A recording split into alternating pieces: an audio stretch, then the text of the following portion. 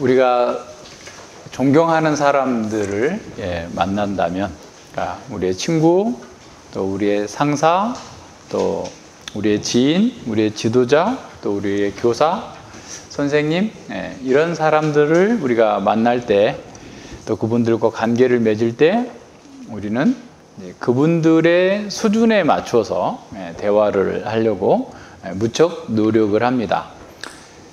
우리가 만나는 사람이 누구이냐에 따라서 그 말하는 말투나 또는 말하는 내용이나 또 그런 여러 가지 자세가 달라지겠죠. 어제도 제가 어느 결혼식장에 갔는데 제자를 만났을 때는 제자에게 대하는 것처럼 편하게 대하고, 동료 목사님을 만났을 때는 또 이렇게 또 좀 다르게 대하고, 뭐 이렇게 대할 수밖에 없는 거죠.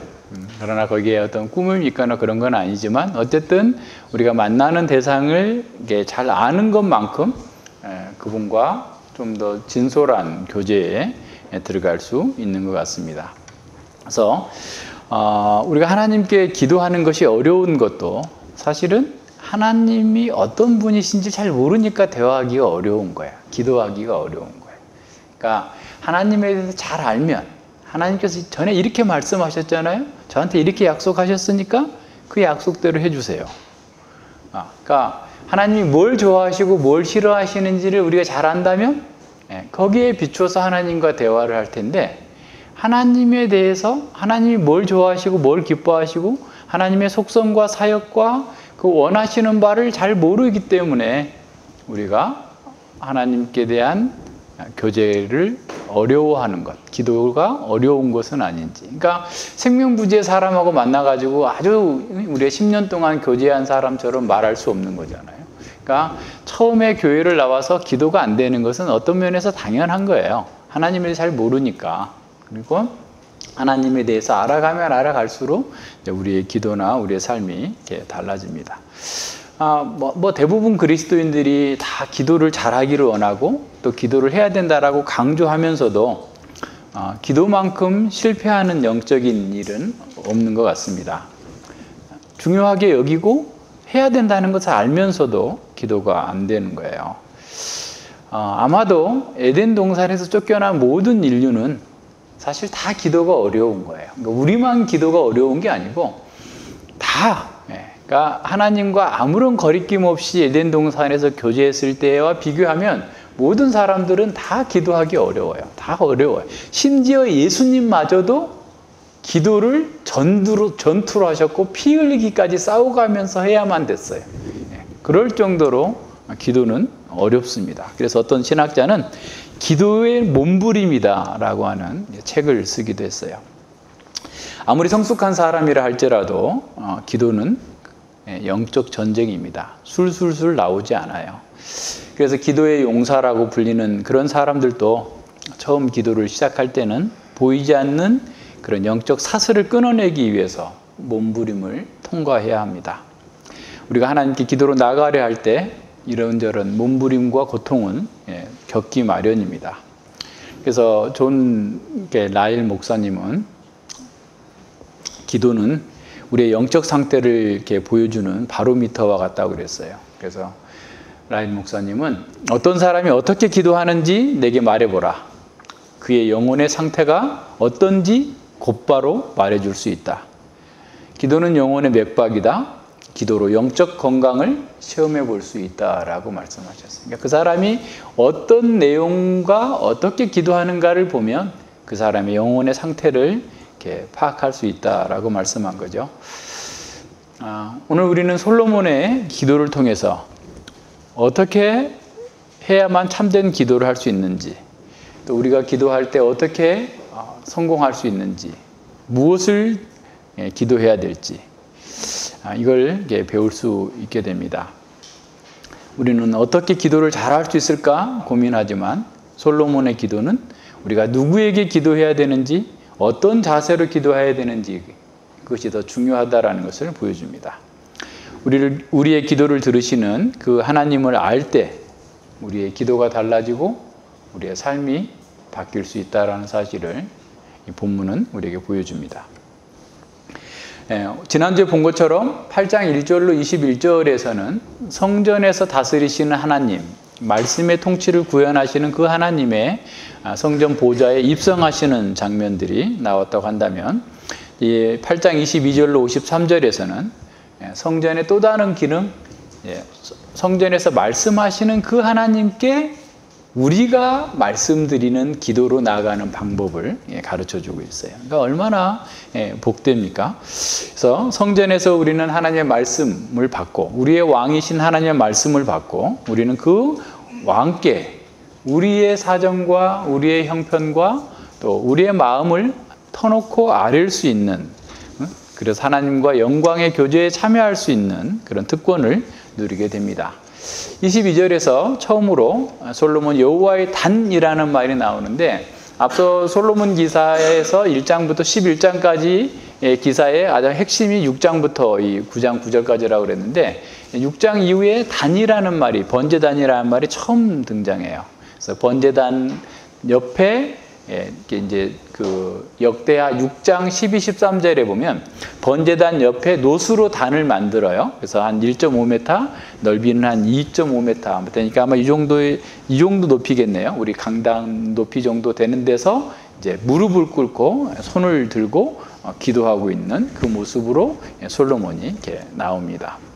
그래서 이 번제단이라는 말을 열왕기 기자가 굳이 여기다가 썼던 이유는, 기도를 하나님께 기도하는 전제가 무엇인가를 보여주고 있는 거예요. 그러니까 번제로서 우리의 죄사함이 이루어지고, 그리고 그 향을 가지고 가서 향을 피우고, 그리고 제사장이 향을 피울 때 모든 사람들이 함께 기도했던 것을 전제하면서 이렇게 이런 표현을 하고 있는 거예요. 다시 말해서 우리의 기도가 하나님께 받아들여질 수 있는 것은 어떻든 단에서 우리를 위한 희생의 제물이 드려지고 난 뒤에 하나님께 기도로 나아갈 수 있다라고 하는 사실을 이렇게 보여줍니다. 그리고 23절과 24절에서는 솔로몬의 어떤 신앙 고백이 나와요. 하나님이 어떤 분이신지에 대한 신앙 고백입니다. 하나님은 상천하지에, 하늘과 땅에 오직 하나님만이 참 신이시고, 하나님은 언약을 지키시고 은혜를 베푸시는 분이시다라는 신앙 고백입니다. 그러니까 솔로몬은 하나님께서 다윗에게 언약하셨던 대로 그대로 다 이루어 주셨다라는 사실을 밝히면서 하나님을 찬양합니다. 그래서 하나님의 성품과 사역을 솔로몬 자신이 경험했고, 그래서 그 하나님께 대해서 절대적인 신앙을 고백하면서 언약을 지키시는 그 신실한 하나님께서 자기 백성에게 은혜를 베푸시는 분이다 라고 하는 사실을 고백하는데, 이것 또한 신명기에서 모세가 약속했던 것처럼 그대로 하나님께서 언약을 이루어 주셨다라고 하는 것에 대해서 기뻐하면서 찬양하고 있습니다. 25절과 26절에서는 자신의 왕조를 굳건하게 세워주시기를 기도합니다. 이스라엘 하나님 여호와여, 주께서 주의 종 내 아비 다윗에게 말씀하시기를, 내 자손이 자기 길을 삼가서 내가 내 앞에서 행한 것 같이 내 앞에서 행하기만 하면 내게로 쫓아나서 이스라엘 위에 앉을 사람이 내 앞에서 끊어지지 아니하리라 하였사오니. 자, 하나님의 약속을 먼저 드는 거죠. 하나님께서 이렇게 약속하셨사오니 이제 다윗을 위하여 그 허하신 말씀, 그렇게 말씀하신 것을 지켜주시옵소서, 지키시옵소서라고 기도합니다. 그런즉 이스라엘 하나님이 원컨대 주는 주의 종 내 아비 다윗에게 하신 말씀을 확실하게 하옵소서라고. 하나님의 말씀을 이루어 주시옵소서. 솔로몬은 성전을 짓고 성전에서 예배를 드렸기 때문에 하나님께서 당연히 약속을 지키시고 복을 주셔야 된다라고 하지 않고, 오히려 하나님께서 내 아비 다윗에게 너희가 언약을 지켜 행하면 다윗 계통의 왕이 끊어지지 않으리라, 영원할 것이다 라고 했던 그 약속대로 말씀을 확실하게 지켜주시옵소서라고 기도합니다. 여기서 한 가지 우리가 생각해야 될 점은, 하나님의 언약의 조건성과 무조건성을 한번 생각해 봅시다. 그러니까 사무엘하 23장 5절에 보면 다윗의 언약은 변치 않을 거다라고 말씀하십니다. 내 집이 하나님 앞에 이같이 아니하냐. 하나님이 나로 더불어 영원한 언약을 세우사 만사에 구비하고 견고케 하셨으니 나의 모든 구원과 나의 모든 소원을 어찌 이루지 아니하시랴. 그러니까 하나님께서 다윗과 더불어서 영원한 언약을 세웠기 때문에 다윗의 다윗 계통의 왕은 결코 끊어지지 않을 거다라고 하는 무조건성을 강조하고 있는 것처럼 보여요. 시편 89편 33절로 37절에서도 언약의 불변성이 나옵니다. 그러나 나의 인자함을 그에게서 다 거두지 아니하며 나의 성실함도 패하지 아니하며 내 언약을 파하지 아니하며 내 입술에서 낸 것도 변치 아니하리로다. 내가 나의 거룩함으로 한 번 맹세하였은즉 다윗에게 거짓을 아니할 것이라. 그 후손이 장구하고 그 위는 해같이 내 앞에서 항상 있으며 또 궁창에 확실한 증인 달같이 영원히 견고케 되리라 그랬어요. 그러니까 하나님께서 다윗에게 주신 언약은 영원할 것이다. 결코 무너지지 않을 거다라고 약속하신 어떻게 보면 무조건적인 언약으로서 드러나고 있는데, 앞서 우리가 봤던 열왕기상 2장 8절이나 2장 4절이나 지금 8장 25절에서 네가 이같이 행하면, 내 앞에서 행하기만 하면, 또는 9장 5절에 가서 하나님께서 응답하실 때도 내가 만일 내 아비 다윗이 행한 것 같이 내 마음을 온전히 하고 바르게 하여 내가 내게 명한 대로 온갖 것을 순종하여 나의 법도와 율례를 지키면 이라고 하는 조건성을 붙이고 있어요. 시편 89편 29절에 32절에서 마찬가지입니다. 자, 그렇다면 어떻게 한 언약이 조건적이면서도 무조건적일 수 있을까?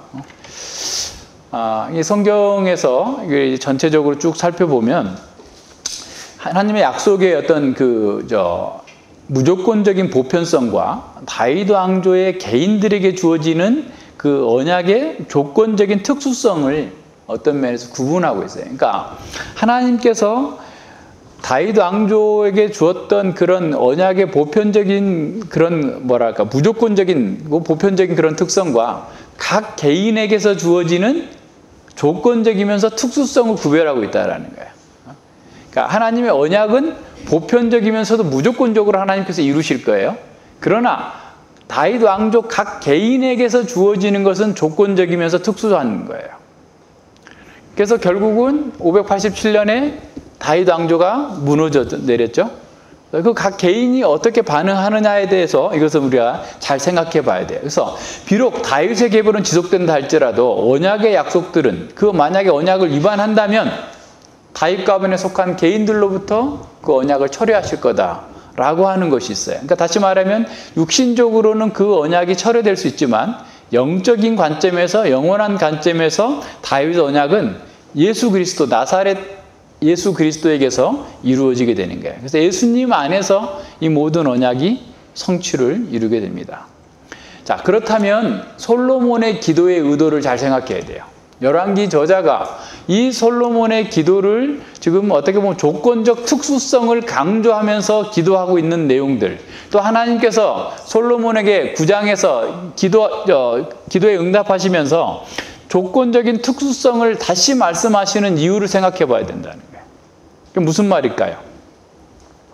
솔로몬은 자신과 자신의 후손들이 하나님의 언약의 말씀에 순종하는 것으로 복을 얻을 수 있도록 은혜 베풀어 주시라고, 자신과 자신의 후손에게 하나님의 말씀에 따라서 순종하는 것으로 계속해서 복을 누릴 수 있게 해달라고 기도하고 있는 거예요. 그렇다면 기도는 하나님께서 이렇게 주신 약속을, 언약을 복창하면서 하나님께서 약속하신 그 말씀을 확실하게 이루어주도록 요청하는 겁니다. 그래서 자녀는 부모의 메아리다라는 말이 있어요. 그게 무슨 말이에요? 준호가 아빠가 야호 하면 준호가 저쪽에서 야호 하는 것처럼 메아리로서 부모의 말과 행동과 성품을 이렇게 담는다라는 말이죠. 자, 우리가 하나님의 자녀로서 우리 또한 하나님 아들로서 하나님의 말씀을 복창하는 메아리가 돼야 되는 거예요. 주의 말씀을 복창하고 주의 말씀이 우리의 삶을 통하여서 온 세상에 울려 퍼지도록 우리의 삶으로서 복창하면서 기도하는 거예요. 이것이 진정한 기도예요. 그러니까 다윗은 하나님께서 약속하셨던 그 약속이 자신과 자신의 후손들 속에서 이루어지기를 갈망하면서 기도한 거예요. 다윗이 아니라 솔로몬. 그러니까 솔로몬의 기도에서 첫 번째 나오는 게 바로 그겁니다. 하나님의 말씀하신 바를 확실하게 이루어 주시옵소서. 우리 또한 마찬가지예요. 하나님께서 이렇게 약속하셨으니 그 약속을 이루어 주시옵소서. 죄인들이 망하는 것을 원치 아니하시고 회개하여 사는 것을 기뻐하신다고 하였사오니 아버지여 제가 회개하오니 저에게 생명을 주시고 은혜 베풀어 주시옵소서. 생명의 길로 저를 인도하여 주시옵소서 라고 기도하는 거예요. 27절로 37절에서는 하나님께서 하늘에서 들으시고 기도해 달라라고 기도하고 있습니다. 자, 초월적인 하나님에 대한 중대한 진리를 전하고 있는 거죠. 그래서 앞서 하나님과 교제를 잘 하려면 하나님이 어떤 분이신지를 잘 알아야 된다 그랬어요. 솔로몬은 하나님의 초월성과 내재성을 너무나 잘 알고서 그렇게 하나님께 기도하고 있는 겁니다. 하나님께서 성전 안에 계실 수 없는 그런 영광스럽고 위험 있는 분이라는 사실을 솔로몬은 하나님의 초월성과 내재성, 편재성을 동시에 밝히면서 자신이 건축한 이 전이 아무리 아름답고 영광스럽고 위대하다 할지라도 하나님을 담을 수 없는 곳이다라는 사실을 고백하고 있습니다. 하나님이 참으로 땅에 거하시리까 하늘과 하늘들의 하늘이라도 주를 용납지 못하겠거든 하물며 내가 건축한 이 전이오리까 라는 거예요. 수사 의문문을 통해서 오직 하나님만이 초월적인 하나님이시고 온 세상도 하나님을 담을 수 없는 그런 분이라는 사실을 고백합니다.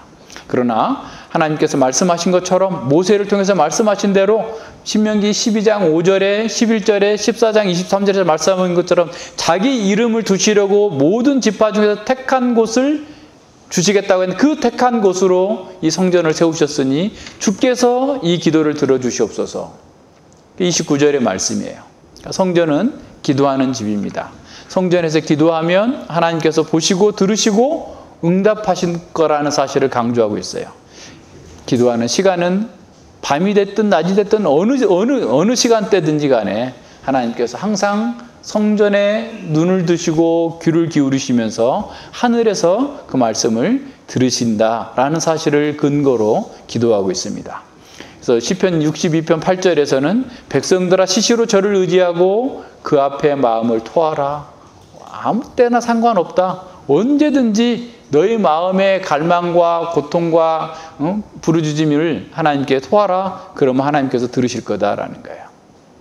근데 여기서 중요한 것은 솔로몬의 기도에 계속해서 반복돼서 나타나는 게 뭐냐면 죄의 용서를 구하는 거예요. 30절 보세요. 종과 주의 백성 이스라엘이 이곳을 향하여 기도할 때에 주는 그 간구함을 들으시되 주의 계신 곳 하늘에서 들으시고 들으시사 사하여 주옵소서. 들으시고 들으시사 사하여 주시옵소서. 우리는 성전에서 이미 제사가 드려진 후에 기도할 수 있다고 그랬죠? 자, 그랬으면 이미 제사가 드려졌으니까 죄사함을 받았는데 굳이 기도로 또 사하여 주옵소서라고 기도할 필요가 있는가? 왜 솔로몬과 열왕기 저자는 이 내용들을 여기다가 지금 강조해서 보여주고 있을까요? 성전에서 제의 그 자체가 자동적으로 죄를 사해 주는 것이 아니다라는 사실을 보여주는 거예요. 제사를 드려서 하나님 앞에서 드렸다 할지라도 자신이 죄를 고백하고 그 양을 죽이고 제물을 불살랐다 할지라도 자기 마음 깊은 곳에서 마음을 찢고 통회하면서 회개할 때 하나님께서 사하여 주시라는 겁니다. 예수 그리스도의 구속사역이 객관적으로 다 이루어진 거 맞아요. 다 인정하는 거 좋아요. 그러나 그것을 자신의 삶 속으로 가지고 들어와서 주관적으로 신앙을 고백하고 주관적으로 자신의 죄를 회개하면서 그리스도를 받아들이는 것만이 참된 신앙 고백만이 그의 죄사함에 유효하게 된다라는 사실을 보여줍니다.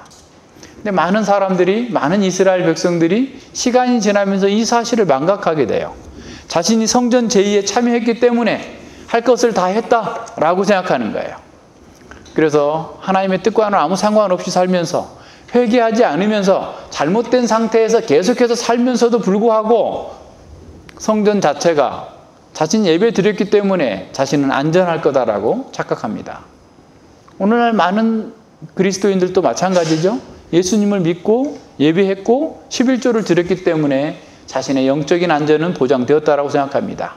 거룩한 삶을 위한 열정이나 하나님의 뜻에 순복하겠다고 하는 것에는 별 관심이 없어요. 그저 세상 사람들처럼 이 땅에서 잘 먹고 잘 사는 것에만 모든 관심이 집중되어 있어요. 그러나 그렇게 살면 오히려 교회가 어떻게 되냐면 자신들의 의의를 과시하고 자신들의 자기중심적인 경건을 과장하고 자랑하는 그런 무대 정도가 되어버리는 거예요. 오늘날 보면 한국 교회만큼 위대한 신앙인이 없는 것처럼 보여요. 위대한 목사, 위대한 신학자, 위대한 성도들이 너무 많아요. 교회사를 통틀어서 모든 위대한 신앙인들을 다 모아놔도 지금 이 시대에 한국 교회의 성도들보다 못할 것 같아요. 그들의 말만 들어본다면. 말로서는 너무 대단한 사람들이 많습니다. 그러나 경건은 자기를 자랑하는 게 아니에요. 자기 주장을 나타내는 게 아닙니다. 오히려 자신이 무엇을 했든 그것을 부끄럽게 생각하고 날마다 회개하는 것에서 경건은 시작됩니다. 회개하는 것, 사하여 주심을 기도하는 것에서 경건의 출발이 시작됩니다. 28절로 30절에서는 성전이 기도하는 집이고 성전에서 하는 그 기도에 하나님께서 보고 들으신다라는 사실을 응답하신다는 사실을 강조하고 있는데요. 28절 쭉 뒤에 연달아서 보면 이 백성들의 기도를 세 가지로 표현해 주고 있어요. 기도, 간구 또는 간청, 그리고 부르짖음이에요. 그러니까 우리가 기도할 때 항상 점잖게만 할 수 없다는 거예요. 기도하는 우리의 상황에 따라서 우리는 기도할 수 있고 간절하게 어린 아이가 엄마 아빠의 바짓가랑이 자꾸 물고 늘어지는 것처럼 간청할 수도 있고 울부짖으면서 기도할 수도 있다라는 사실을 보여줍니다. 사람들과의 교제에서도 항상 동일한 톤으로 말할 수 없는 것처럼 하나님 앞에서도 우리의 심정과 우리의 고통을 토로하면서 얼마든지 우리는 하나님께 기도할 수 있다라는 사실을 보여줍니다. 우리는 하나님 앞에서 우리가 기도할 때 늘 하나님께서 우리를 바라보고 계시다. 우리의 기도에 귀를 기울이고 계시다라는 사실을 기억해야 됩니다. 성전에서 또는 성전을 향한 그 기도의 응답이 아주 중요한 것은 바로 여기에 있는 거예요. 우리가 성전에서 성전을 바라보면서 하는 것은 성전에서 이루어지고 있는 그 모든 일의 근거에서 한다는 거예요. 기도한다라는 거예요. 그러니까 바벨론 포로로 잡혀간 사람들도 성전을 방향을 보면서 기도했던 것도 성전에서 이미 죄사함에 드려지는 제사의 전제에서 내가 하나님께 나가서 기도하고 있다는 사실을 보여주고 있습니다. 모든 것이 어떤 면에서 성전 중심이 되어야 된다라는 거예요. 하나님 중심은 결국 성전 중심이에요.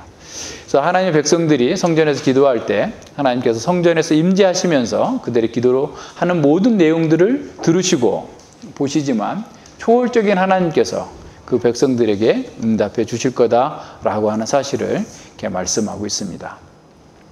자, 31절로 51절에서는 모든 것, 모든 상황에서 기도하라라는 겁니다. 그러니까 이 기도의 목록이 보면 7가지예요. 그러니까 완전수죠. 그러니까 모든 것, 모든 상황에서 기도하라라는 겁니다. 기도의 목록을 제시해 주는데 첫 번째 31절로 32절에서는 법정에서의 의로운 판결을 위해서 기도하고 있습니다. 정의로운 판결이 이루어질 수 있기를 하나님께 기도하고 있는 거예요. 그러니까 하나님의 말씀의 통치가 이루어지고 그 말씀의 통치는 의로운 통치라고 그랬죠. 그래서 이스라엘이 하나님 안에서 하나님의 통치를 받으면서 다스림 속에서 공의가 시행될 때 그 속에서 안식과 평강이 있어요. 그런데 사회의 거짓 맹세 또는 거짓말 이런 것들이 통용되면서 사회의 악이 증가된다면 그 악이 심판받지 못한다면 이스라엘은 하나님의 통치로부터 떠나게 되는 거죠. 따라서 하나님께서 공의로 심판하여 주셔서 이스라엘이 계속해서 안식할 수 있도록 평강을 누릴 수 있게 해달라고 기도하고 있는 겁니다. 마찬가지예요. 오늘 우리에게도 하나님의 말씀이 잘 선포되고 있고 그 말씀이 구현되고 있으면 우리 안에 공의가 있어야 됩니다. 그러니까 부당한 일들이 생기면 안 돼요. 이 공의가 있어야만 평강이 있어요. 공의가 없으면 계속 싸웁니다. 불공평해. 너는 그랬으면서 나는 왜 안 되고 뭐 하면서 이제 계속 이제 그러니까 죄가 죄를 이렇게 낳는 그런 사회가 되는 거죠. 그래서 지금 솔로몬의 첫 번째 기도는 재판에서 사회에서 공의가 시행될 수 있는 이스라엘 나라, 그래서 하나님의 통치와 다스림이 잘 이루어짐으로써 이스라엘이 안정과 평강을 누릴 수 있게 해달라고 기도하는 거예요. 두 번째 33절과 34절에서는 전쟁에 패했을 때를 위한 기도입니다. 잘 됐을 때를 기도하라고 하지는 좀 않고 있어요. 지금 다 이렇게 보면 7가지 상황을 다 보면 겪을 수 있는 어려움들을 다 예상하면서 기도하고 있어요. 전쟁에서 패하게 됐을 때, 전쟁에서 왜 패했느냐? 그건 언약적 저주다. 분명히 그건 죄 때문이다. 그러면 회개하고 주의 이름의 권능을 인정하고 성전에서 주님께 간구하면 살려주세요라고 하는 간구하면 그들의 죄를 용서하시고 포로된 자들을 고향으로 무사히 돌아오게 달라고 기도하고 있는 거야. 솔로몬은 전쟁에서 패한 그 근본적인 이유는 그들이 언약을 배반했기 때문에, 언약을 범죄했기 때문에 라고 하는 것을 밝히면서 그들이 그랬을지라도 회개하고 돌이킨다면, 성전을 향해서 기도한다면 다시 돌아오게 해달라라고 기도하고 있는 겁니다. 그러니까 여호수아 7장에서 보면 아간의 범죄로 인해서 이스라엘 백성들이 패하게 되죠. 민수기에서 본 것처럼 영적 전쟁에 나가기 위해서 군량미를 많이 갖거나 더 많은 첨단 무기를 소유하는 것이 아니라 정결케 돼야 된다. 하나님의 언약에 충실해야 된다라는 것을 말씀하고 있는 것처럼 전쟁에서 패했다면 너희들이 정결치 못한 것이니 회개하고 하나님께 기도하면 하나님께서 그 기도를 들으시고 그들을 회복시켜 달라라고 기도하고 있는 겁니다. 역시 마찬가지죠. 우리 안에서도 문제가 있다면 먼저 우리 자신을 돌아보고 정결케 해야 됩니다. 아간과 같은 그런 마음을 가진 사람이 있다면 우리 공동체 전체를 위기에 빠뜨릴 수도 있어요. 우리가 회개하고 함께 거룩한 공동체를 이루어 나갈 때 하나님 나라의 전쟁을 잘 감당할 수 있습니다. 35절로 36절에서는 가뭄이 들었을 때를 위한 기도죠. 역시 가뭄과 자연재해도 신명기나 또는 레위기에 보면 다 언약적 저주입니다. 그래서 이런 언약적 저주를 당할 때 백성들은 반드시 회개하고 하나님의 이름과 권능을 인정하고 그 죄에서 떠나기를 바라라. 그러면 하나님께서 선한 길로 인도해 주실 거다. 그것을 해달라라고 기도하는 거예요. 다시 말하면 너희들에게 경제적인 문제가 있다. 그러면 다른 문제가 있는 게 아니고 그건 언약적 저주의 문제다. 그러니 어디로 가야 된다? 하나님께로 가야 된다라는 거예요. 그러니까 우리에게 경제적인 문제가 있다. 그러면 이스라엘 백성들은 어떻게 했어요? 하나님께로 안 가고 바알 신전으로 갔어요. 바알을 찾아간 겁니다. 바알 신전에서 바알에게 제사를 드리고 바알 신전에서 헛된 짓을 하면 바알 신이 흥분해서 비를 내려줄 거다라고 하는 헛된 생각 속에 빠져 들어간 거예요. 오늘도 그럴 수 있어요. 우리가 세상의 풍요를 더 중요하게 생각한다면, 하나님의 말씀보다 풍요를 더 중요하게 생각한다면 우리도 바알, 세상을 찾아다니는 거예요. 좀 더 실제적으로 얘기하자면 좋은 대학에 가야, 좋은 직장에 가기 위해서 말씀을 다 뒤로 제끼는 거예요. 뭐 어쩔 수 없잖아. 어쩔 수 없잖아. 다 어쩔 수 없죠. 다 누구에게나 다 있는 형편이에요. 너의 경제적인 어려움이 있으면, 너의 삶에 문제가 있다면 어떻게 할 것인가? 하나님 앞에서 자신을 점검하고 회개하고 하나님의 방식으로 재물을 사용하고 우리의 은사를 사용하겠다고 하는 회개하는 자리로 나와서 기도하면 하나님께서 들어주시옵소서라고 기도하는 거예요. 교회에서 예배하는 것은 하나의 보험 들어오는 것처럼 생각하고 자기 인생의 방식, 세상의 방식을 따라서 열심히 살아간다면 여전히 지금 삶의 방식이나 인생관이 제대로 정해져 있는 게 아니다는 사실을 기억해야 됩니다. 우리에게 풍요와 또 번영이 주어진다면 어떻게 사용할 것인가 미리 다 결단하고 하라는 거예요. 지금 부자가 되기 전에 난 이렇게 살 거야 라고 이미 생각하고 살아야지, 아이 지금 부자 되고 난 다음에 내가 생각해 볼게, 그때 가면 이제 돈 쓰러 돌아다니느라고 정신없어서 생각할 시간도 없어요. 지금 주님 나라를 위해서 헌신하겠다, 재물이 늘어도 거기에 치심치 않고 주님의 청지기로 선하게 봉사하겠다라는 생각을 해야 됩니다. 그 37절과 40절에서도 기근을 비롯해서 땅에 미치는 여러 가지 재앙과 질병과 적국의 침입을 경험할 때 기도하라라는 거예요. 그렇게 기도할 때 어떻게 하라는 거냐면, 각각 자기의 마음의 재앙을 깨닫고 이 전을 향하여 손을 펴고 무슨 간구를 하든지 들어주시옵소서, 회복시켜 주시옵소서라는 거예요. 40절은 하나님께서 그 백성들이 회개하고 기도하면, 그 기도에 응답하시면 주의 백성들이 항상 주님을 경외할 것이다 라고 말씀드립니다. 하나님께서 우리가 어려움 가운데 있을 때 우리의 잘못과 우리의 세계관을 개혁하고 회개하고 내려놓고 주의 말씀대로 주께서 가르치시는 대로 이렇게 가고자 하오니 주여 회복시켜 주시옵소서 라고 기도하면, 하나님께서 그 기도를 들으시고 그들을 회복시켜 주시면 그들은 또한 하나님을 경외하는 백성으로 주님을 영화롭게 할 것이다 라고 선언하고 있습니다. 우리의 고난과 우리의 질병, 모든 상황이 하나님의 주권적인 섭리 아래 있습니다. 요즘에 어떤 그 뉴스에 자주 나오는 게 한두 번도 아니고 여러 차례 나오대요. 어떤 사람이, 범죄한 사람이 자수하러 갔어요. 경찰청에 자수하러 갔더니, 야, 여긴 내 관할이 아니니까 택시 타고 저 종로 경찰서로 가라. 또 어디 무슨 검찰청에 갔더니 여기 가지 말고 저 경찰서로 가라. 이렇게 보냈다는 기사가 여러 차례 나오는데 관할이 아니다라는 거죠. 신경 쓰고 싶지 않다. 왜 내 관할도 아닌데 와가지고 피곤하게 하냐. 저리 가라. 이렇게 얘기하는데, 하나님께서 지금 말씀하시는 것은 너희가 겪고 있는 모든 삶은 내 관할이 아닌 것이 하나도 없다라는 거예요. 그러니까 다른 데로 가지 말고 나한테 오라라는 거예요. 무슨 말인지 이해하시겠어요?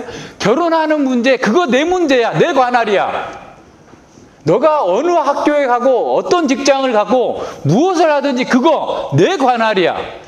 다른 데로 가지 말고 나한테 와라. 그러면 내가 들어주시겠다. 하나님께서 그 말씀하시는 거예요. 군대니까 그 군대 법칙을 따라야죠. 아니에요. 그것도 하나님 앞에서 하나님의 관할이에요. 우리의 자녀 양육하는 거 하나님의 관할이에요. 우리의 부부관계 하나님의 관할이에요. 하나님의 관할에서 빠진 것은 아무것도 없어요. 그러니까 딴 데로 가지 말고 하나님께 나오라. 하나님께 기도하라. 그러면 고쳐주실 것이다 라고 솔로몬은 지금 말씀하고 있는 거예요.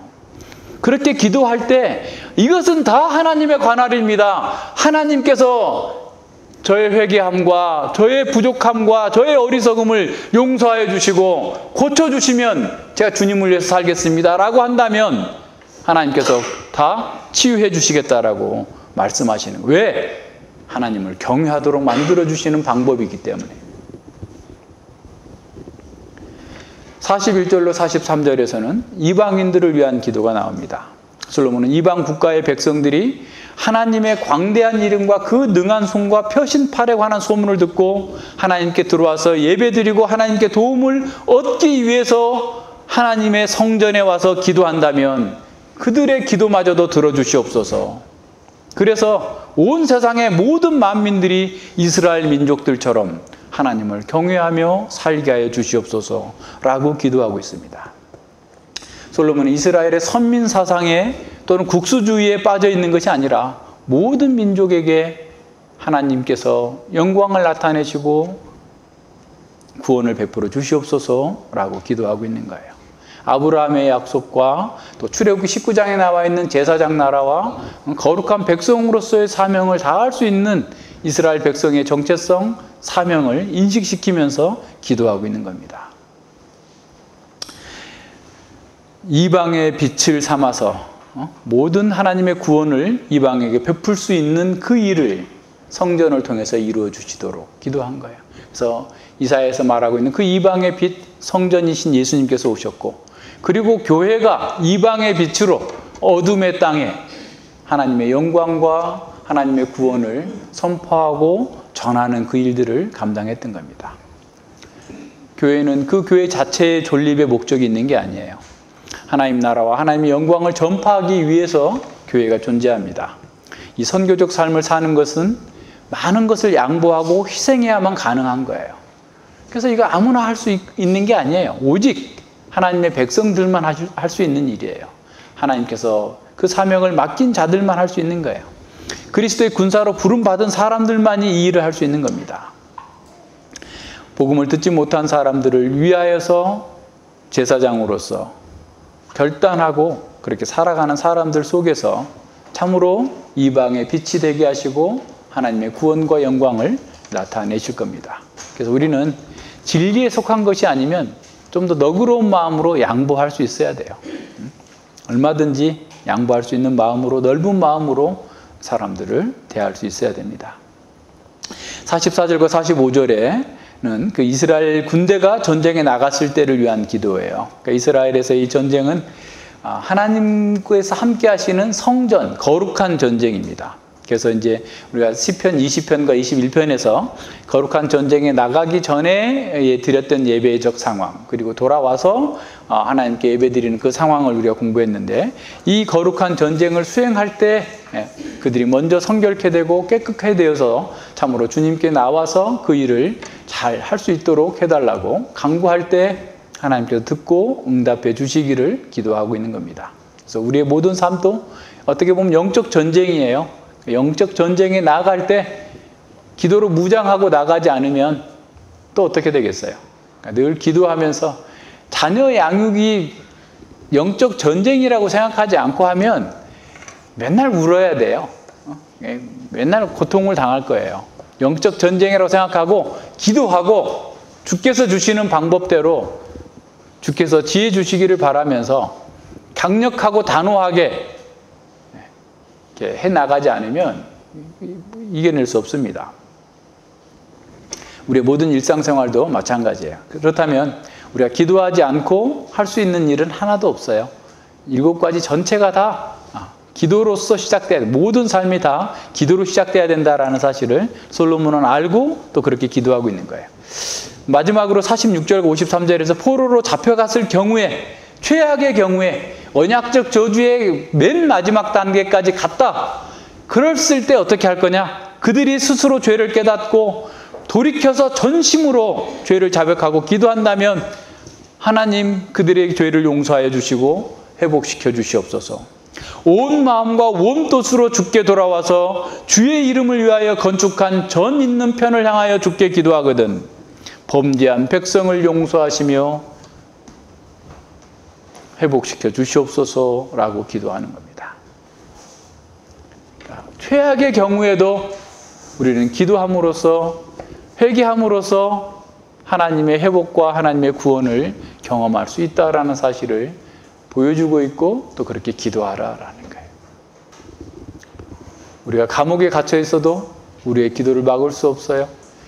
바울은 에베소 3장에서 가장 아름답고 강력한 기도를 하는데 감옥에서 한 기도예요. 무엇도 우리의 기도를 막을 수 없습니다. 전을 향하여서 그리스도 안에서 우리는 어느 곳 어느 상황에서도 기도할 수 있는 자들이 됩니다. 52절 53절에서 이 모든 것을 포괄하는 이 7가지 기도 전체를 꼭 들어주시기를 하나님께 다시 한번 간구합니다. 솔로몬은 이 백성들의 궁극적인 구원을 확신했어요. 왜냐하면 출애굽에서 건져내신 그 하나님께서 그 백성들을 버리지 않으실 거다라고 하는 확신이 있었기 때문에 그렇습니다. 자, 54절로 61절에서는 이렇게 무릎 꿇고 나온 이제 기도를 마친 솔로몬이 회중을 향하여서 축복하는 내용입니다. 그 축복의 내용이 56절과 61절까지죠. 자, 이렇게 솔로몬이 이스라엘에게 축복하면서 권면하는 이유는 하나님의 신실함 때문이다라고 하는 것을 보여주고 있어요. 56절 봅니다. 여호와를 찬송할지로다. 저가 무릇 허하신 대로 그 백성 이스라엘에게 태평을 주셨으니 그 종 모세를 빙자하여 무릇 허하신 그 선한 말씀이 하나도 이루지 않음이 없도다 그랬어요. 그래서 우리말로는 이스라엘에게 태평을 주셨다라고 그랬는데 히브리어로는 메누하, 안식입니다. 안식. 그래서 이제 쉬운 성경에서는 이렇게 번역했어요. 여호와를 찬양합시다. 주께서는 당신의 백성 이스라엘에게 약속하신 대로 안식을 주셨습니다. 주께서 그 종 모세를 통해 말씀하신 좋은 약속 가운데 하나라도 이루시지 않는 것이 없습니다. 라고. 안식을 주셨고 그 약속을 다 이루어 주셨기 때문에 하나님을 찬양하자라는 거죠. 솔로몬은 백성들에게 하나님과 함께하는 것이 가장 복된 일이라는 사실을 반복적으로 강조해 주고 있습니다. 그래서 하나님의 임재를 강조하는 것은 그 백성들이 조상들에게 명하신 그 계명과 법도와 율례를 지켜서 행하게 해달라라는 것으로 이어지고 있어요. 그래서 하나님께서 그 백성들과 함께하는 것, 하나님께서 그 백성들을 떠나지 않는 방법, 또 떠나지 않는 것, 함께 하시는 게 최고의 복인데 그것은 하나님의 말씀을 따라 행하는 것 속에서 이루어진다라는 거예요. 그래서 61절에서도 그걸 다시 반복하고 있어요. 그런즉 너희 마음을 우리 하나님 여호와와 화합하여 온전케 하여 오늘날과 같이 그 법도를 행하며 그 계명을 지킬지어다. 화합하여 온전케 하여라는 말은 온전하게 헌신하여라는 거예요. 그러니까 여호와의 율법과 규례를 따라서 그 명령을 지키면서 여호와께 온전히 헌신하라라고 가르치고 있습니다. 솔로몬은 이스라엘 백성들이 단지 성전과 성전에서 드리는 의식적인 제사를 드리는 것으로 끝내지 말고 여호와께 온전히 헌신하여서, 다시 말해 여호와의 명령과 규례를, 법도를 지킴으로써 복을 누리도록 권면하고 있는 겁니다. 그러니까 여호와의 복을 누리는 방식은 여호와의 법을 따라서 행하는 것이에요. 신약 시대에도 변치 않는 방식입니다. 솔로몬의 권면은 신정 왕국의 왕으로서의 면모를 잘 드러내고 있어요. 권면하면서 너희들은 나에게 복종해야 돼. 세금을 잘 내야 돼. 그러니까 성전에 필요한 돈 많이 내야 돼. 이런 얘기 하나도 하지 않고 오히려 우리의 왕은 온전히 하나님이시니 하나님께 충성하고 하나님의 말씀을 따라 살라라고 권면하고 있어요. 자신은 섭정왕으로서 하나님께서 주신 그 권위를 따라서 하나님의 말씀을 따라서 너희들을 돕는, 섬기는 자일 뿐이다 라고 하는 사실을 드러내면서 권면하고 있습니다. 이런 모든 면들은 굉장히 중요한 것들을 우리에게 시사해 주고 있어요. 그러니까 교회에서나 가정에서나 어디에서나 우리의 모든 왕은 하나님이신 거예요. 하나님께서 주신 그 질서는 우리가 존중하되 그 질서에서 부모나 교사나 목사나 그 누구라도 하나님의 뜻에 반하는 권면을 하거나 명령을 내리면 그건 순종하지 않을 수 있어요. 하지 않아야 되는 거예요. 왜냐하면 다른 모든 권위 또한 하나님의 왕권에 복종해야 되기 때문에 그래요. 그러나 하나님께서 정당하게 말씀하신 것을 시행하는 그 왕이라면, 그런 부모라면, 그러한 질서에 있는 권위에 있는 사람이라고 한다면 우리는 거부하지 않고 그대로 따라가야 되는 거죠. 서로 사랑하고 존중하고 함께 연합해서 그 하나님 나라의 일을 이루어 나가야 됩니다. 62절로 66절에서는 이 성전 봉헌식 마지막에 또 제사로, 성대한 제사로 마무리합니다. 어마어마한 제물들이 드려지는데 이 제단이 작기 때문에 여러 제단을 또 임시로 가설해가지고 많은 그 제물들을 드릴 수 있도록 그렇게 하고 있는 그 상황을 보여줍니다. 그래서 성전 봉헌식에 참석한 백성들의 그 엄청난 규모나 제사 드려지는 그 양은 그 사람들이 함께 또한 화목제를 나눠서 먹어야 되기 때문에 그만한 양은 필요했었던 것으로 보입니다. 성전 봉헌식은 백성들에게 기쁨과 감사의 축제였을 뿐만 아니라 온전하게 헌신하겠다고 하는 결단의 시간이었어요.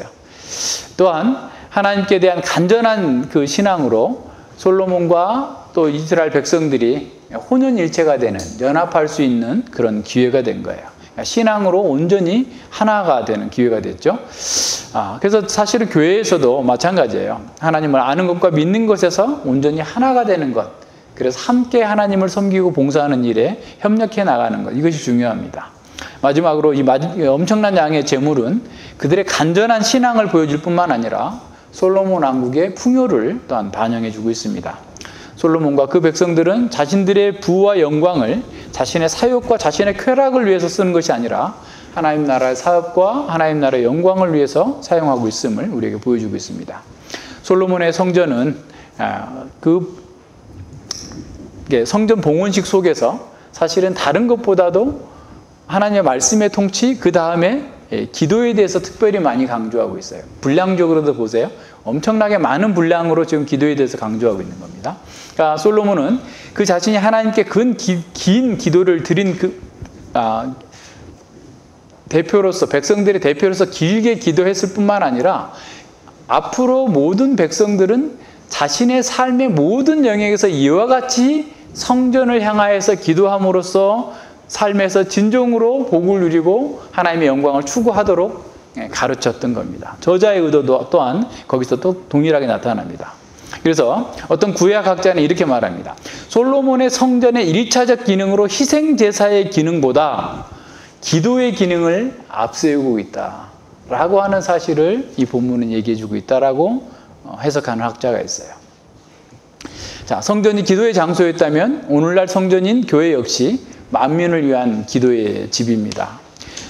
초대교회의 사역 중에서 가장 주목할 점은 기도에 전혀 힘썼다는 것입니다. 하지만 오늘날 교회의 사역 중에 잃어버린 것이라고 찾으라고 한다면 가장 먼저 찾을 수 있는 것이 기도라고 말할 수 있습니다.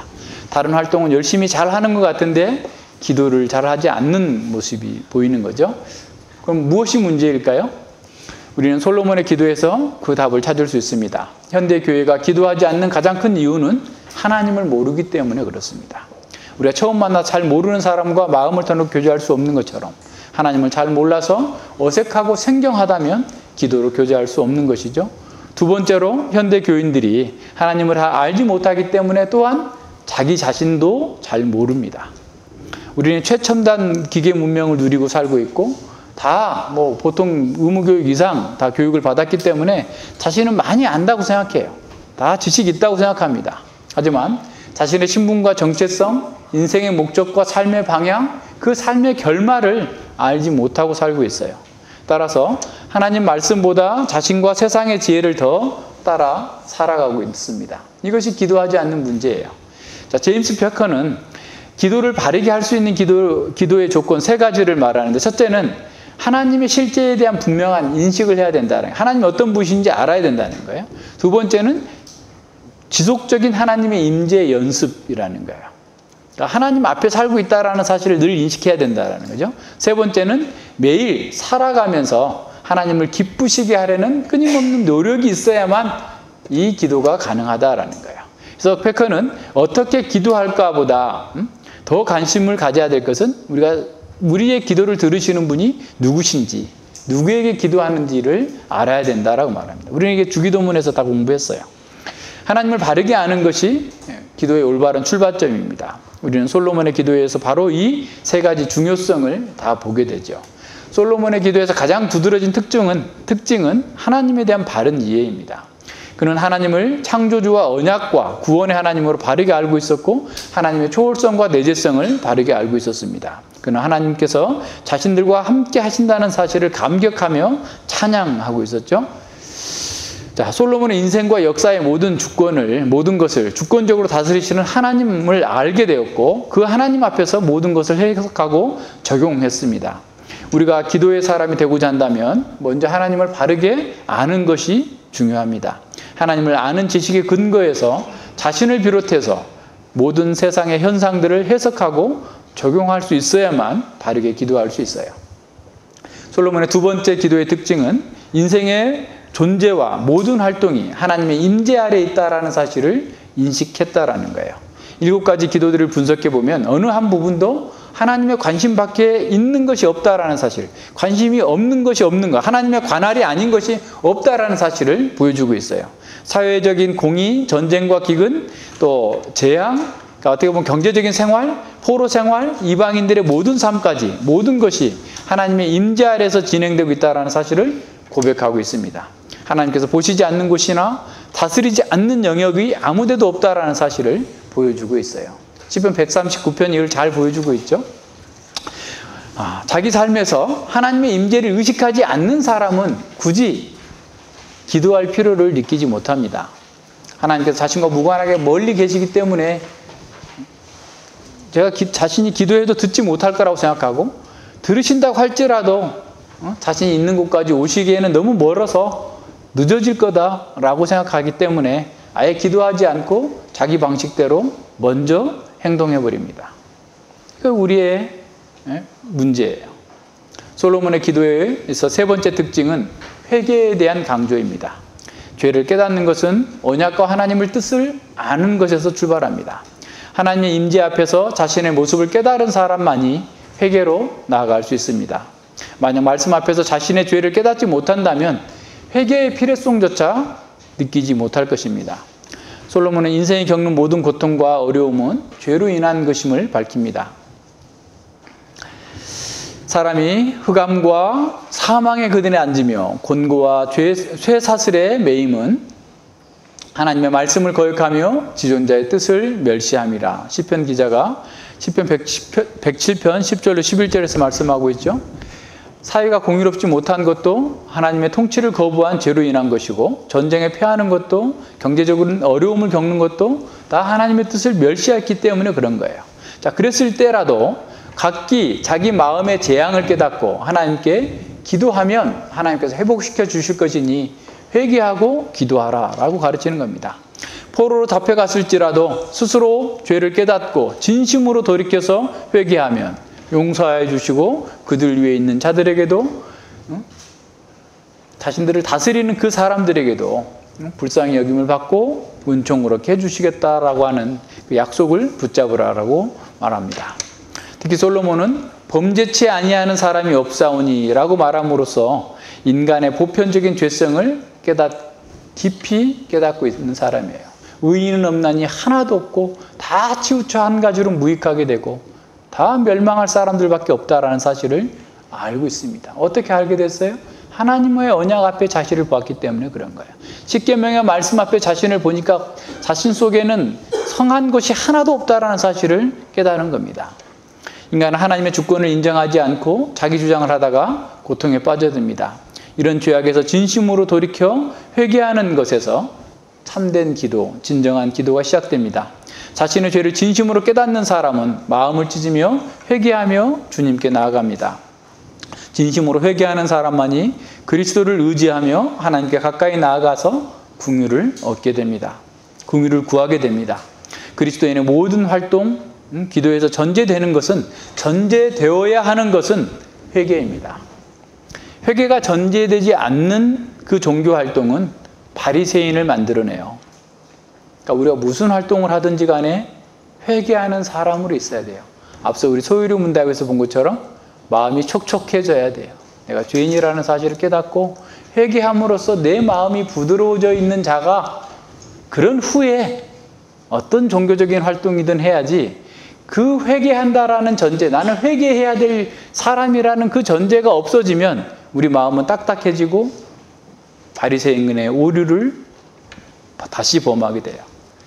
누가복음 18장에서 세리와 같은 심정으로 서야 됩니다.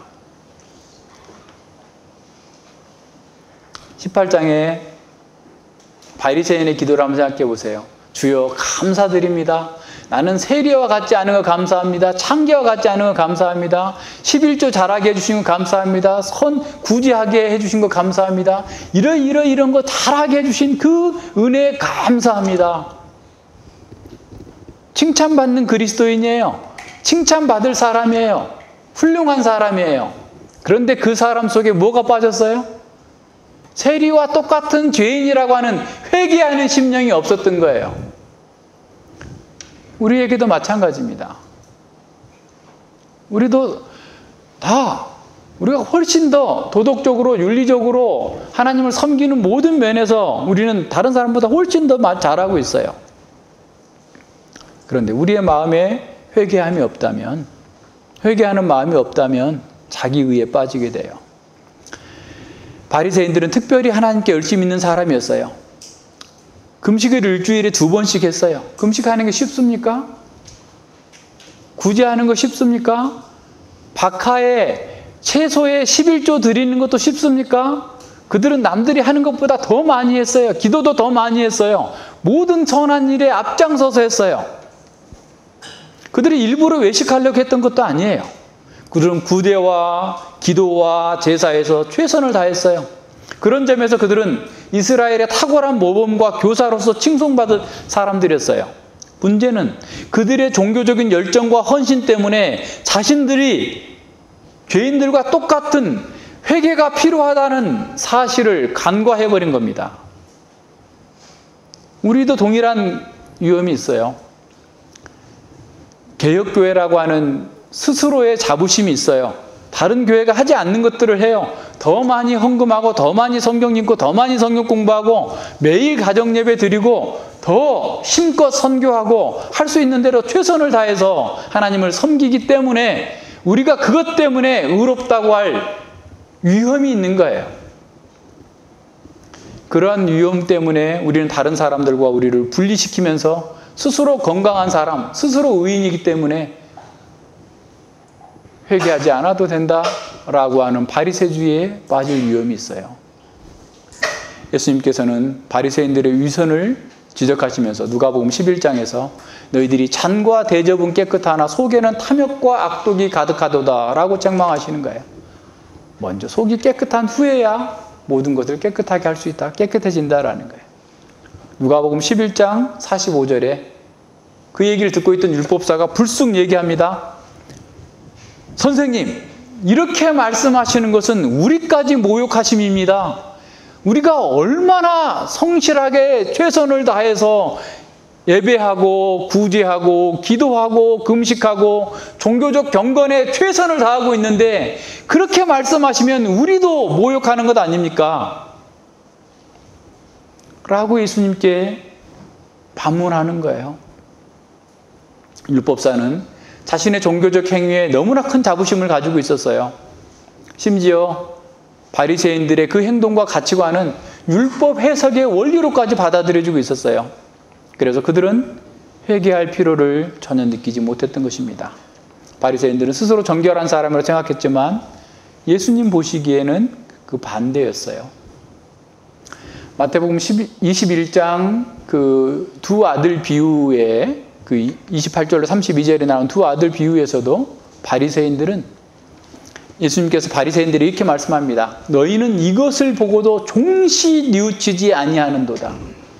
세례 요한이 와서 회개의 세례를 전하면서 그들의 죄들을 책망하고 지적했고 예수님께서 수도 없이 가르치면서 계속해서 말씀을 전하시지만 너희들은 종시 뉘우치지 않는다. 종시 회개하지 않는다라고 그들을 책망하십니다.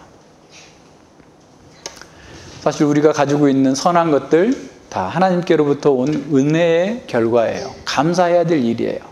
그러나 우리는 그렇게 많은 것을 받고 있으면서도 제대로 사용하지 못한 것에 대해서 회개하는 심령으로 우리 마음과 우리 자신을 하나님 앞에 낮춰야 합니다. 날마다 회개하는 사람은 자신을 스스로 의롭다고 여기지 않습니다. 날마다 회개하는 사람만이 겸손한 종으로 섬길 수 있어요. 날마다 회개하는 심령 안에서 주님의 은혜가 크게 여겨집니다. 날마다 회개하는 사람만이 교만에 사로잡히지 않고 영적인 건강을 유지하면서 성장할 수 있습니다. 따라서 우리는 무엇을 하기 전에 회개하는 심령으로 채워져 있어야 합니다. 죄에 대한 회개가 없다면 은혜를 가볍게 여기게 되고 예배와 종교활동은 자기의와 자기 영광을 추구하는 수단으로 전락하게 됩니다. 루터는 제대로 기도하는 것이 제대로 배우는 것이다 라고 말했습니다.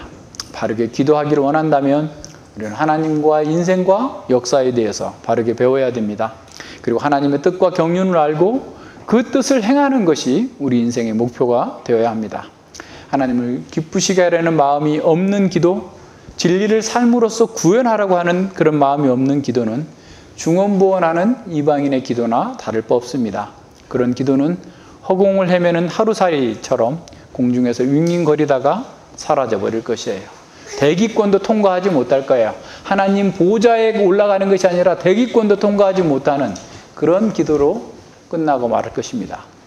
솔로몬이 강조하는 것은 자기 죄를 인식하면서 하나님을 의지하고 신뢰하라는 것입니다.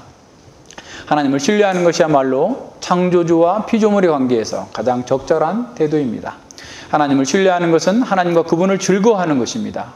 하나님의 아름다움을 즐거워하고 그리고 그 다음에 하나님을 섬기는 우리의 섬김이 열매 맺도록 기도해야 됩니다. 겸손하게 의지하고 기도하는 것은 하나님의 지혜와 사랑과 선하심과 그 능력을 있는 그대로 인정하는 행동입니다. 기도할 때 우리는 완전한 한 인격체로서 다른 한 인격체인 하나님과 교제합니다. 기도는 성삼위 하나님과의 내적 교제에 참여하는 가장 영광스러운 일입니다. 그래서 사단의 방해가 기도할 때만큼 심하게 일어나는 일이 없어요. 우리가 가장 영광스러운 하나님과의 교제의 자리로 들어가는 것을 사단은 차마 눈뜨고 볼 수 없어서 계속해서 우리를 방해하는 거예요.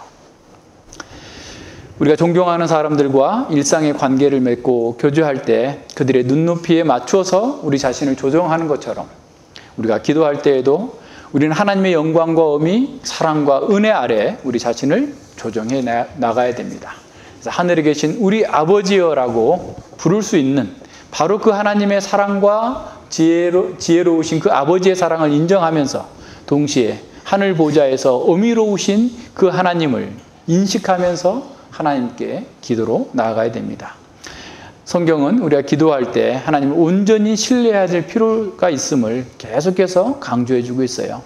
자녀들이 어떤 필요가 있을 때 아버지를 의지하듯이 하나님께서 우리가 기도로 자신을 의지하기를 기뻐하십니다. 하나님은 우리 아버지이심으로 우리는 믿음으로 하나님께 기도합니다. 이런 의미에서 우리가 하나님을 어떻게 대하고 이해하고 또 대우하고 있는지를 기도는 보여주고 있어요. 그래서 우리가 하나님께 관해서 생각하고 하나님께 관해서 느끼고 또 하나님께 대해서 어떻게 대우하고 있는지는 우리의 기도 속에서 드러납니다.